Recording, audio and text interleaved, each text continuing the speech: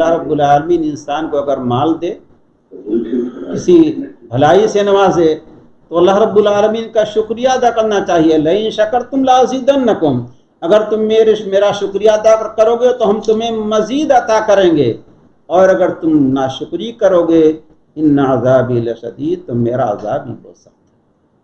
انسان کو یقین رکھنا چاہیے کہ ہمیں ایک دن اللہ رب العالمین کے روبرو پیش ہونا ہے، اور اپنے اعمال کا حساب و کتاب کے بعد بدلہ بھی لینا ہے۔ اگر ہم نے اچھا کیا تو انجام اچھا ہوگا، اگر برا کیا تو انجام برا ہوگا۔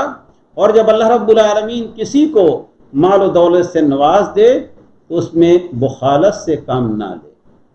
لک رسول علیہ السلام نے فرمایا ہے اتقوا الشح فإن الشح أهلك من كان قبلكم، بخیلی سے، شدت بخل سے بچتے رہو، اس نے جو ہے تم سے پہلے بہت سارے لوگوں کو ہلاک کیا۔